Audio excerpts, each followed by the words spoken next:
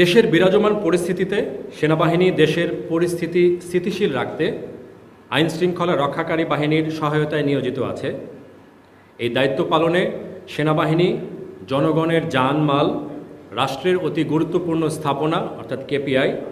এবং সরকারি এবং বেসরকারি গুরুত্বপূর্ণ সংস্থাগুলোকে রক্ষা করার পাশাপাশি যেসব দায়িত্ব পালন করছে সেগুলো হলো পুলিশ বাহিনীকে পুনরায় কার্যক্ষম হতে সহায়তা করা, আইনশৃঙ্খলা রক্ষাকারী বাহিনী স্থানীয় প্রশাসন এবং জনসাধারণকে সম্পৃক্ত করে দেশের সাম্প্রদায়িক সম্প্রীতি বজায় রাখা, বিদেশি কূটনীতিক ব্যক্তি এবং দূতাবাসগুলোর নিরাপত্তা নিশ্চিত করা, শিল্পাঞ্চলের নিরাপত্তা নিশ্চিত করা এবং কলকারখানাগুলোকে সচল রাখতে সহায়তা করা, বিভিন্ন সরকারি এবং বেসরকারি সংস্থায় অসন্তোষের বহিঃপ্রকাশ হিসেবে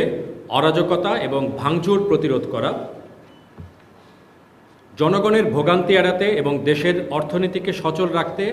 মূল সড়কগুলোকে বাধামুক্ত রাখা, দেশের বিভিন্ন স্থান থেকে বেহাত এবং লুট হওয়া অস্ত্রসহ সকল ধরনের অবৈধ অস্ত্র এবং গোলাবারুদ উদ্ধার করা।